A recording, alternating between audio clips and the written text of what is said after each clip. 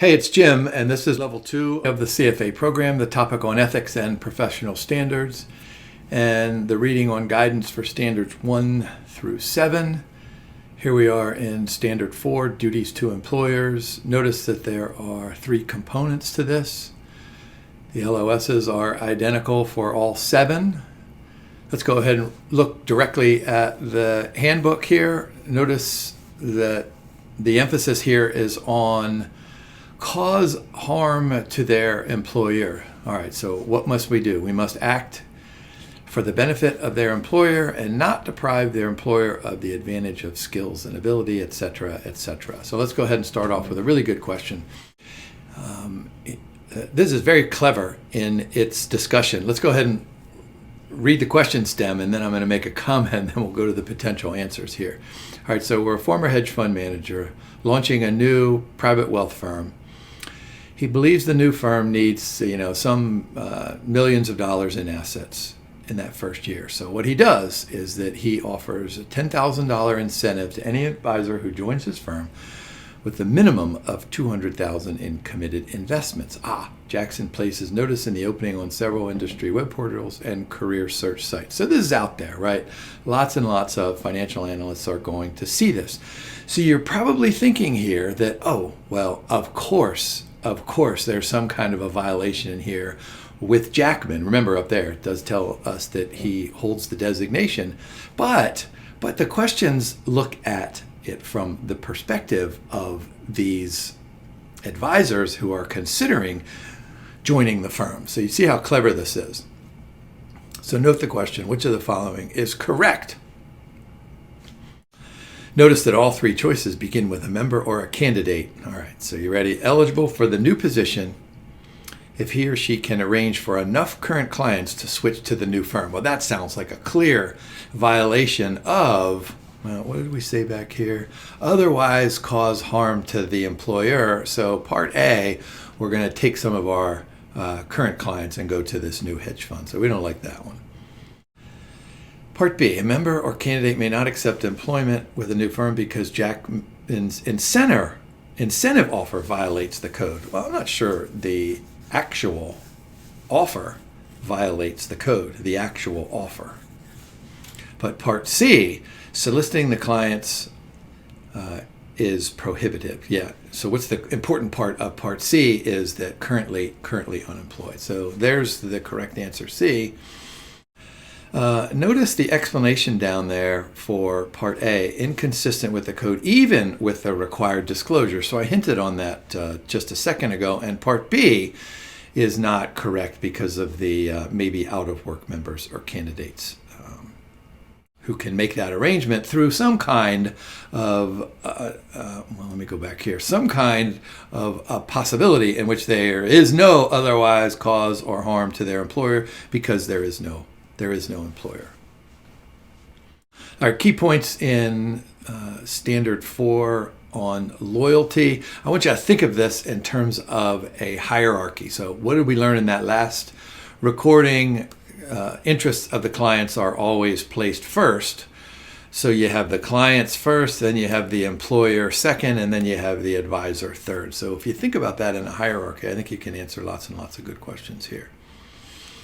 I like that second arrow point, and this is a good emphasizing discussion inside of the reading, the sustainability and integrity of the employer. I teach my students this all the time, that firms have to make decisions as if they operate as going concerns, which means they're going to be around for way longer than we are, or at least with the expectations of such. And so that word sustainability, that's a good one. And then integrity, you can throw that word integrity into all of the 7 standards. Now, notice the second key point does not impose members and candidates to put employers' interest above any personal and family obligations, right? So there are certain kinds of scenarios under which there might be this need for a balance between the personal and the employment matters. All right, just a quick reminder that before most of these sections, there are a list of highlights. So here are the highlights under loyalty. So employer responsibilities. Yeah, employers must acknowledge the duties and responsibilities that they owe to the employees. Right. So think of the employer as an umbrella, right? And then there's the umbrella that's protecting us from the rain and the snow and the sleet and the wind. And so what does that mean? That umbrella is a protection that describes those responsibilities. It describes the monitoring. We've talked about that before. It describes the possibility and the likelihood of assessing all of these policies so that we can avoid conflict. So notice that second bullet point up there. Members and candidates are recommended to provide to their employer a copy of the code and standards. I'm guessing that most employers have their own kind of a code and standards. It might be in a formal document. It might be just some kind of an informal process. But the important point here is that the Institute wants to have some kind of a formal document. And remember now, the Institute didn't come up with the code and standards overnight. This is a process that's been evolving, for what is it now, 50 years or so. Now look at that third one. Employers are not obliged to comply with the code. However, we need to be super careful that policies that the employer has are not in conflict with the code and the standards. And so that's probably a good question, where the employer allows you to do something like this over here, whether it's with trading, whether it's with execution, whether it's with treating the clients, but then of course the code is over here. So remember, we always have to abide by the code. Yeah, I like this last one here. I try to tell my students that, when they go out into the workforce, what they're going to do is they're going to have the ability to contribute. And of course, they have the skills, the hard technical skills that I teach them in class to be able to make all these critical financial decisions, but there are soft skills as well. Positive working environment. And I tell students, I say, look, when you go in there, just make certain that when you sit in your first meeting that you kind of have a happy look on your face, and that you ask questions like, hey, can you explain something to me about this particular process? Like, I'm new here, give me a little bit of background about this. These are great questions to endear new employees to, the rest of the working group.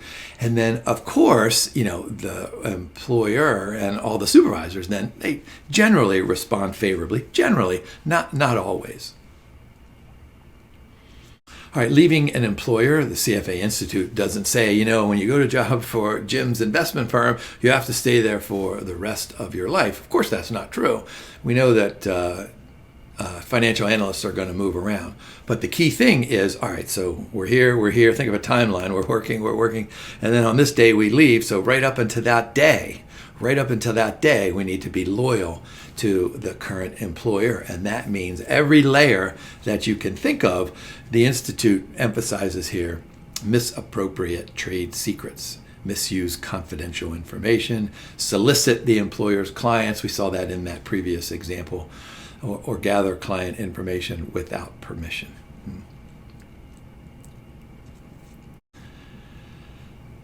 Let's see. Does not forbid the employees from contacting clients of their previous firm. However, of course, this list does not originate from the former employee's records, right? They may use public information. They may use any kind of other outside of the firm information, because we don't want to violate a non-compete agreement. And by the way, those of you who regularly read the Wall Street Journal, which I recommend all the time, there's tremendous push to kind of revisit these non-compete clauses. Now, of course, the Institute says, look, if you go work for Jim's investment company, that doesn't mean that you can't do anything else. The obvious scenario is that you come and work for me, Jim's investment firm, and then you have some children who play soccer or hockey or ping pong, whatever it is, and there's a foundation over there. And someone says, hey, aren't you a smart person? Don't you hold the CFA designation? We need someone to come in and work on our investment committee. Of course. Oh my gosh, we're encouraging you to go and work for that foundation, as long as it doesn't conflict with the interests of the employer. And of course, what does the Institute want us to do? They want us just to tell everybody about it. Say, oh, by the way, Jim, I'm going to go over here and do this. And, here's what we're going to do. And I don't see a conflict. Do you see any kind of a conflict? And then, of course, that open conversation probably will avoid any complications going forward. Social media, we've talked about this at length, and here's another good slide. But as it relates to loyalty, in this case, best practice should maintain separate accounts for personal and professional social media activities. I say this all the time. I don't know anything about social media, but my wife, of course, does. But if I were to know about social media, I would at least know enough to have my professional one, and then my personal one, I don't even know what I would put on there. But you guys know this way more than I do. So just separate them, right? And, the other part of this is that whatever you would do inside of the office or on a Zoom conference call or in a conference call with a firm, make sure that you use that same behavior inside of your personal social media activities. And by the way, this links back to our professionalism here. Of course, you don't want to have some kind of a social media post where you are, let's just take an example. Didn't I say this in that professionalism video? Suppose that you're at a professional sports game and you're taking a video of yourself pouring beer, on the pitcher out in left field or on a basketball player as he or she is leaving the court. You wouldn't want to do that. So there's a link here between loyalty and our duties to the employer, and then our regular old professionalism. Whistleblowing, of course, we've talked about this before. This has become a huge deal, especially in the last decade or so. Nature of employment. So, of course, we have a regular old employee where we have to fill out all the tax forms, right? And when we get our paychecks, we have all those listings of things that are required by law. However, you can also act as an independent contract. Sometimes these independent contractor agreements are signed agreements. Sometimes they are oral. But when we act as an independent contractor, we need to make sure that we clearly define the extent of the responsibilities as that independent contractor, and then just adhere to the terms of agreement. Here, another point of emphasis is, disclosure. Yeah, the employer is probably going to have restrictions on competing with the employer. So, there's that non-compete agreement. Clearly and fully explain. Termination policy, let's go ahead and clearly comprehend. So what are these last two? And probably even back here with this nature of employment, what the Institute is emphasizing is that, look, we recognize that sometimes we're going to leave a firm, and let's just make sure that we leave that firm with our dignity and our integrity intact. All right, there should be some kind of a formal process for whistleblowing. And, whistleblowing has this kind of a connotation of, some giant conspiracy theory, and I'm the only one who knows this, so I'm going to, rage against the machine. But it doesn't have to be, this giant whistleblowing that you read about in the Wall Street Journal. It could be just something like, hey, you know what? I noticed something over here. I'm not happy with my colleague. Can you explain that to me? That's kind of like the first step.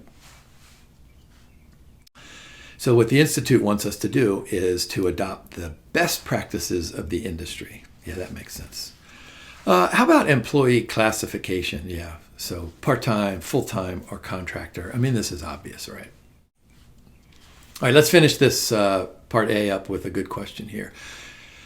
All right, we work for Generous Finance, an impact investing fund, planning to start a firm with his business partner, recently applied to secure a broker license. He has not notified his employer about his intention. Neither Fisher nor his partner have solicited any clients at their current employers. Has Fisher violated the standard to loyalty? Let's see. Boy, answer A, that's a good one. No, and there's a period there. There's not a no, comma, with a bunch of other words after it. Yes, because he has not notified his current employer about starting his firm. Well, remember that sometimes we have this idea in our brain, hey, I'd like to start a firm, and these grandiose ideas, and then all of a sudden we do a little bit of research, and then we decide, I just can't pull it off. Part C, yes, because he is not allowed to set up his firm before leaving his employer. Planning to start is way different. Yeah, so the answer is there's no violation there because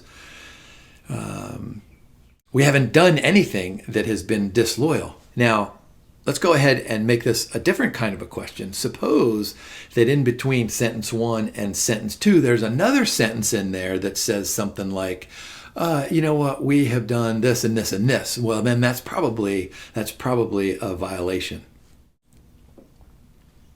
All right, how about additional compensation arrangements? All right, must not accept gifts, benefits, compensation that competes with or might reasonably expect it to create a conflict of interest. All right, so we talked about this in a previous recording about being biased or being influenced by accepting, any kind of a gift. But remember what I said before is that the Institute, they don't want us to not generate any extra income somewhere over there, but we need to make certain that there is no conflict of interest. Like what did I say earlier? Jim's investment firm, and then having one of our analysts go use his or her expertise for a foundation that's going to benefit, what did I say, soccer or hockey, whatever that is.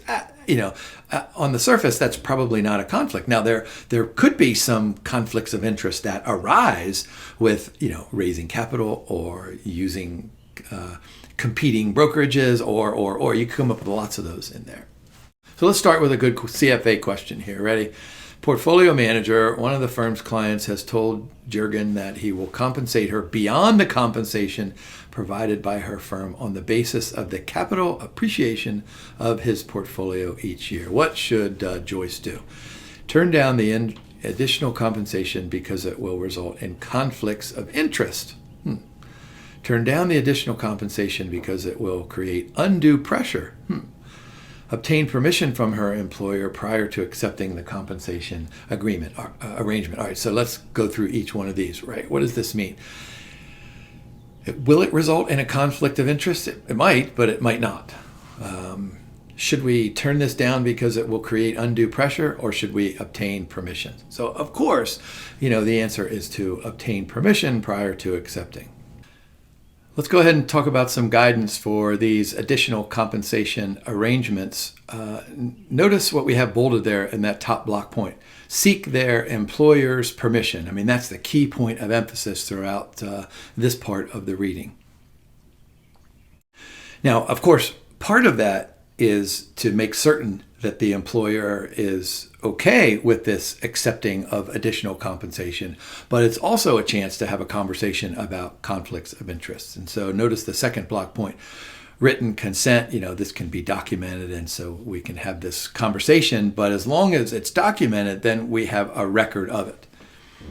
Now, there's probably a good exam question in there on part-time basis.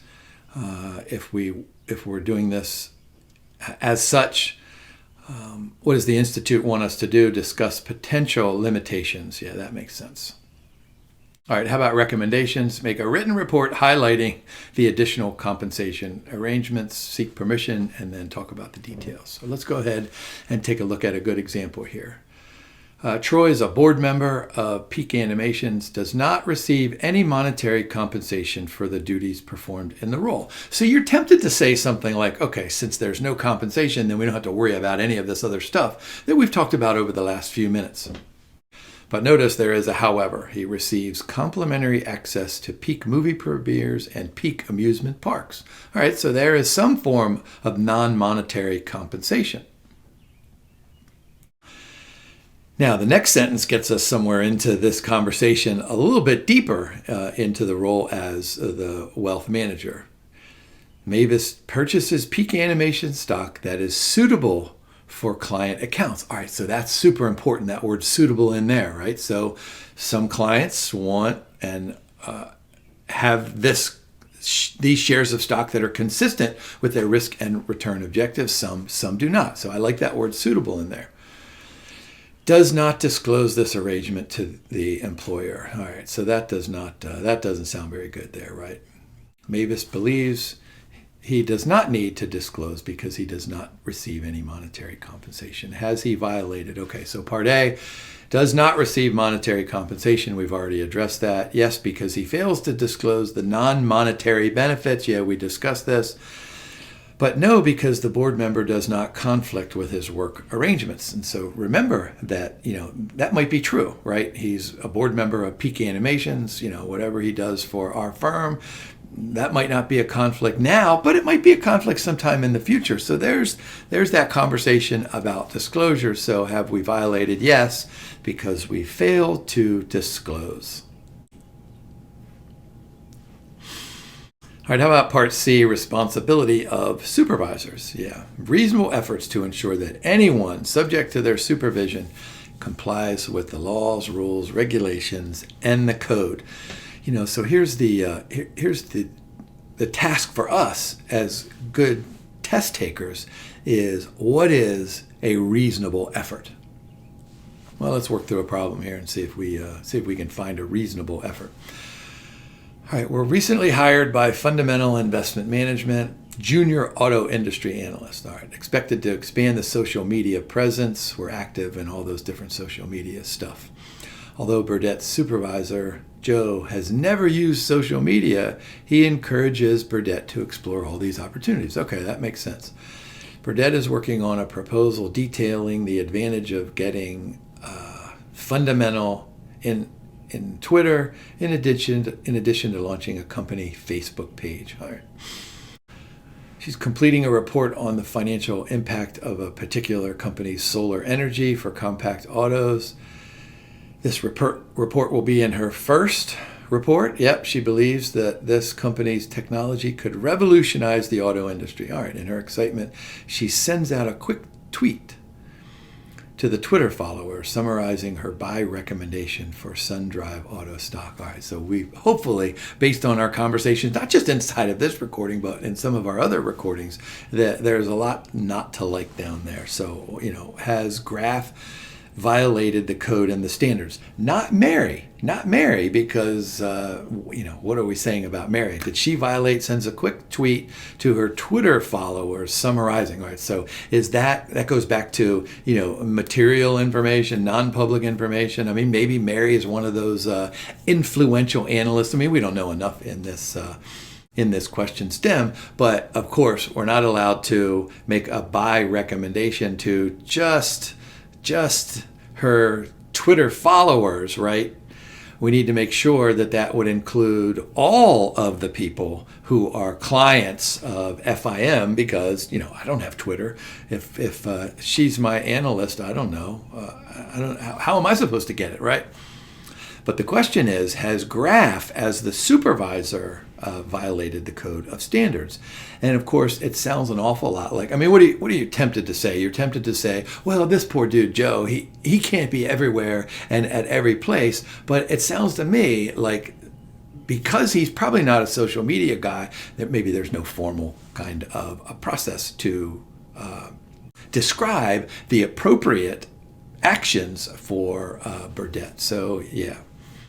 Failing to reasonably supervise Burdett with respect to the contents of her tweet. So here's what I was saying. He did not establish a reasonable procedure to prevent those unauthorized dissemination of company research. Yeah, that makes perfect sense.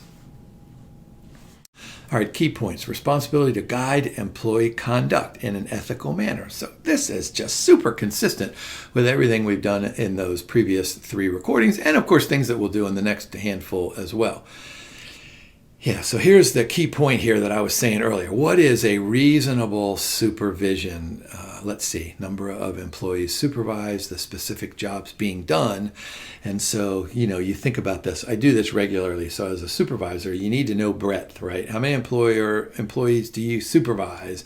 And then what are the jobs that they're at hand? So do you need to know all the way down to the bottoms of the depths? Probably not. You don't need to know how they turn on their computer, right? You don't need to know what kind of font they use when they type up a report in Word but back here, clearly Graf should have said to Burdett, you know what, when we're gonna release this information, and by the way, you did a great job on this auto industry research, but let's make sure that the dissemination is appropriate. Let's make sure that we deal fairly with all of our clients, and let's make sure that everything is consistent with the code. Beyond the enactment of rules or the supervisor responsibility. So that's what I was talking about here with the breadth. You need to go this way beyond the enactment of those rules. And it probably defines some depth, but not all the way down to the bottom. All right, here are the highlights here. System for supervision. You probably could just close your eyes and just imagine what this system of supervision means based on what the Institute has taught us over these 3 levels. Of course, a system means that, the employer, the supervisor, and the employee, we have some kind of a formal standard, right? It could be the code, but it could be something else out there for supervision that says something like, you know what, I need to know what you're doing. I need to know what's important. So notice the second arrow point. Encourage the firms to establish compliance procedures and then document. Of course, we need to disclose and document and monitor. And they should meet industry standards. Yeah, that makes sense. Look at the last diamond point down there. Must be established before a law or the code of standards is violated. Boy, that would be in a super perfect world. All right, how about supervision includes detection? Yeah, make reasonable efforts to detect violations of all the stuff that we must adhere to. So, of course, going back here, establish compliance procedures. So, that's kind of the system. But one of the action outcomes is that what we can do is that we can detect something that's out of the ordinary. And there we go, periodic review. So there's part of the whole monitoring that we talk about regularly. Yeah, this is not the first time I've said this or that we've seen this inside of the code. Recommend the employer adopt a code of standards. Of course, we know what we're studying now. This is a pretty comprehensive code of standards and ethics. So principle-based ethical and fiduciary terms, right? Compliance procedures. Should encourage their firms to issue a code of ethics to the clients. Now, of course, this is client-specific, and so it's appropriate as a supervisor to say something like, okay, here, you 10 people, you have all these clients, maybe you have 500 clients among you. You need to make sure that the clients are aware that we're abiding by this code and that they need to abide by, a code of client behavior. Yeah, so what are some characteristics of adequate code? Clear and accessible, easy to understand, easy to read. I mean, going through this, this is a super long reading, but clearly it's clear and it's easy to understand. All right, so appoint a compliance officer, hierarchy of supervision, extent of the procedures, and define permissible conduct.